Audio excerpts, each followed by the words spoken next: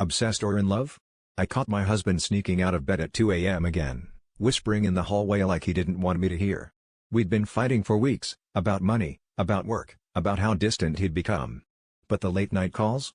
That was new, and it sent my anxiety into overdrive. When I asked who was calling, he lied. Said it was work, said it was his brother, said it was nothing.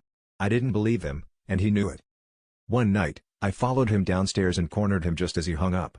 He looked like he'd seen a ghost. I demanded the truth, ready to hear about some affair, another woman, maybe even a secret child. What I got instead made my skin crawl. He admitted he wasn't talking to anyone at all. The calls were just a ringtone he set up as a reminder, of me. Of the woman I used to be before we ever met. Because he'd known me years before, he said, watched me, obsessed over me, followed me home from work, even before we ever spoke. My whole body went cold. Memories flashed back, creepy letters in my mailbox, flowers left on my car, that feeling of being watched even in my own apartment. All that time, I thought the stalker had just disappeared. I never imagined I'd end up marrying him. He told me he changed, that he loved me, that the obsession had turned into something real, something normal. But how could I trust any of it now?